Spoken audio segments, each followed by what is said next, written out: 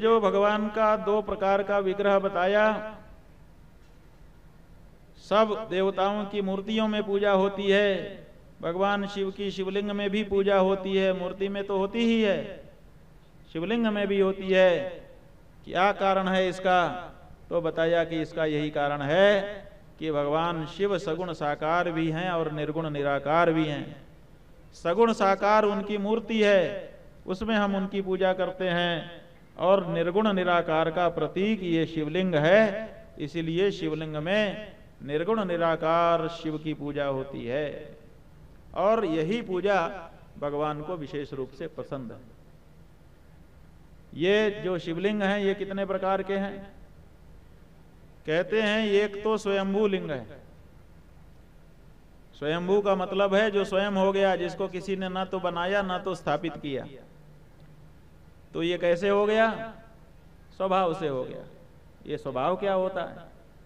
का जैसे बीज में अंकुरण का स्वभाव होता है।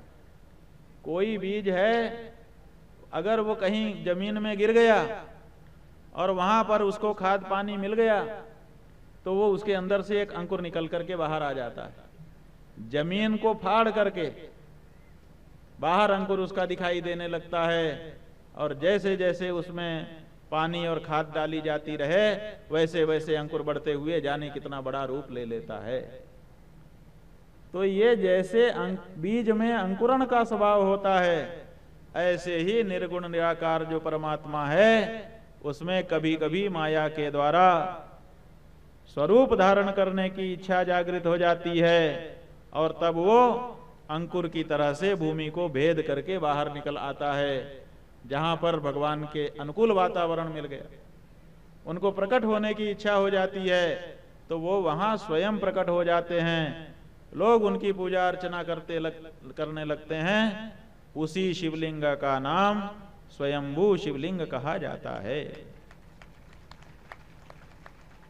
ये भगवान भक्तों के पास स्वयं आने की जब इच्छा करते हैं तब उनके द्वारा ये प्रक्रिया होती है, उन्हीं के मन में हो जाता है।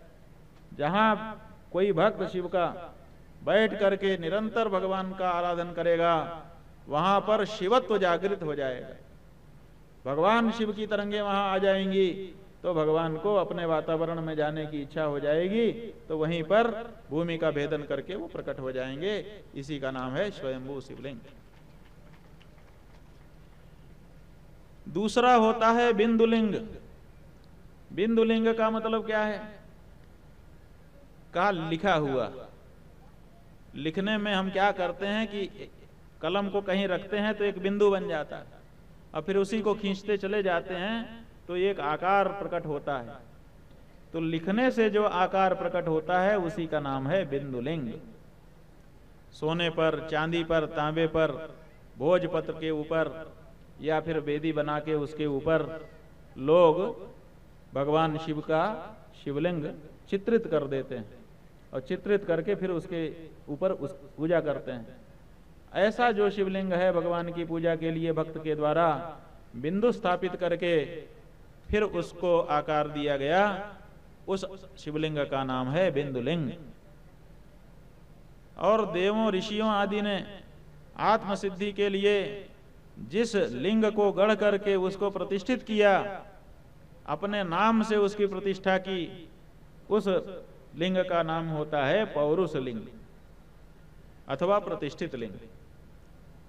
तो देवता, ऋषि, मुनि जब जब आराधना साधना करना चाहते हैं तो भगवान शिव की मूर्ति बना करके उसकी स्थापना करते हैं और उसी में पूजा करके सिद्धि प्राप्त करते हैं, और फिर उसी की पूजा होती रहती है उन्हीं के नाम से कि अमुक के देवता हैं, इसीलिए नाम के साथ ईश्वर लगा करके उस शिवलिंग को पुकारा जाता है।